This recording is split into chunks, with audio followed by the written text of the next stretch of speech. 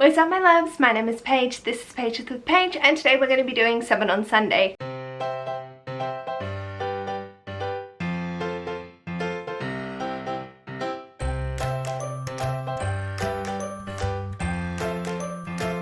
Sunday is a Goodreads group created by Grace from G Swizzle, and I'll leave a link to both Grace's channel and the Goodreads group in the description box below. This week's topic, we did duologies last month, and this month we're talking about trilogies that we would recommend. Initially, there was one that came to mind straight away, and the rest took some thinking on and going back through my series list, and I was like, oh yeah, I really love that.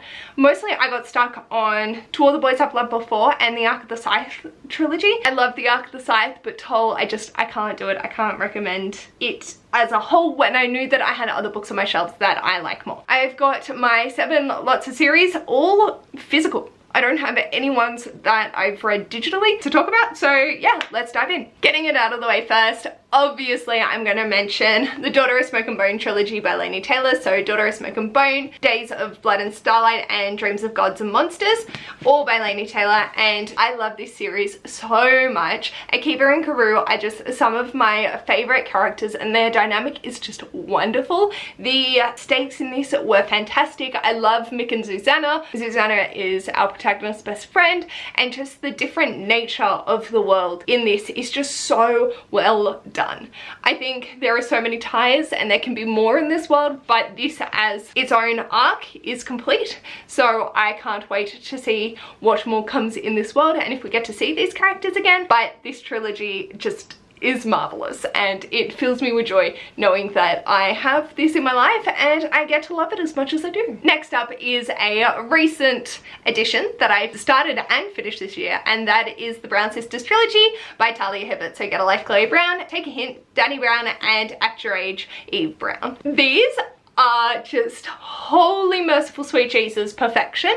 I adore the characters and the struggles that they have to go through, the different dynamics between each of the relationships and how it forms in such a unique way. I love the representation.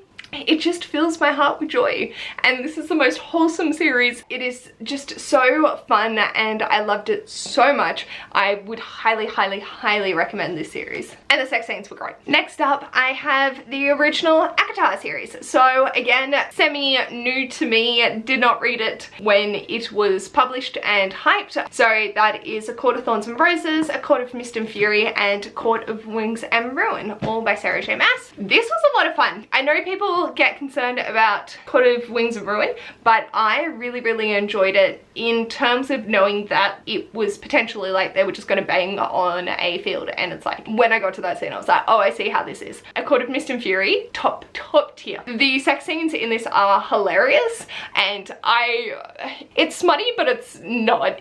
For me it was more a comedic sort of sex scene.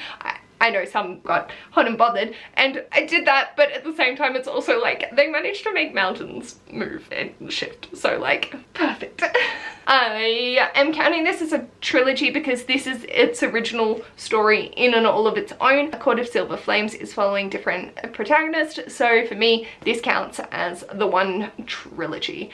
A Court of Frost and Starlight does its own thing. This is the main trilogy. The next one is one I don't think I have mentioned on my channel at all, and that is the Kingmaker Kingbreaker series by Karen Miller. So that's the Innocent Mage, Innocent Lost, and A Blight of Mages. This is a prequel to these two, and I read this, I want to say like 2015, or right when I was getting back into reading, and I just had a really good time with it. I wasn't used to reading high epic fantasy, but this didn't feel taxing to me. It felt fun. The characters were a really enjoyable group, and just the world in this was really spectacular. So I really enjoyed this, and whilst I'm not going to reread it because I can't bring myself to reread an epic fantasy, I definitely enjoy it and would love to sort of give myself a bit more of a refresher, but knowing that I adored it anyway. Then we have a series that I've talked about a lot on this channel, and that is the Antipedian Queen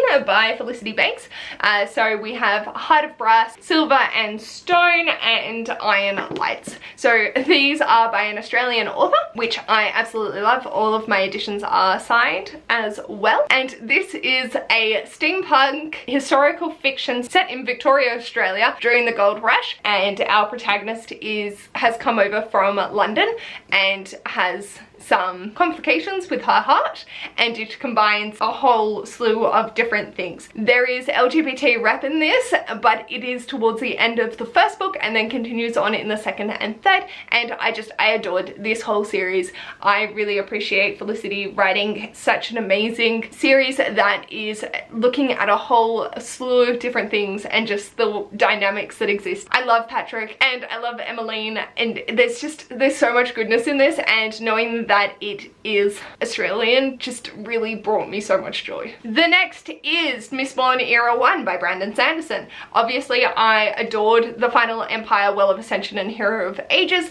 This is just marvelous. Sandy just knows how to write so beautifully, and I was so invested in these characters. The end of The Final Empire fucked me up, and that was glorious, and then the rest of it just continued to fuck me up, and it was great. Again, with the high fantasy, it was just a chaotic adventure. I love the magic system that is prevalent, and I can't wait to go on to Era 2 to be able to see more of this in a completely different setting.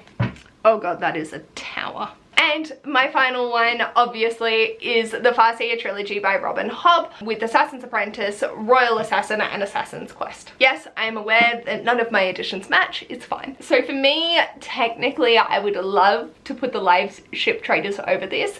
I know that the third one's going to be 5 stars, but I haven't read it yet, so I'm like, oh! Only because I gave Assassin's Apprentice 4 stars, and I feel like it is definitely a stepping stone into Robin Hobb's work. I know not everyone's gonna love this, whereas most people do love the live ship traders. I just haven't read the last one, so I can't use it as a recommendation. But I still recommend starting here. I know some people can't vibe with Assassin's Apprentice, and I totally respect that. If you do want to continue on with Robin Hobb, jump into the live ship traders. You can read it independently, but this just provided such a wonderful foundation for the story. So I really enjoyed the last two so much more. I also read this when I wasn't a high fantasy reader, around, well, a little bit after the Kingmaker Can Break series, but I found the Kingmaker a little bit easier to get into, whereas this was a little bit more dry without actually being dry.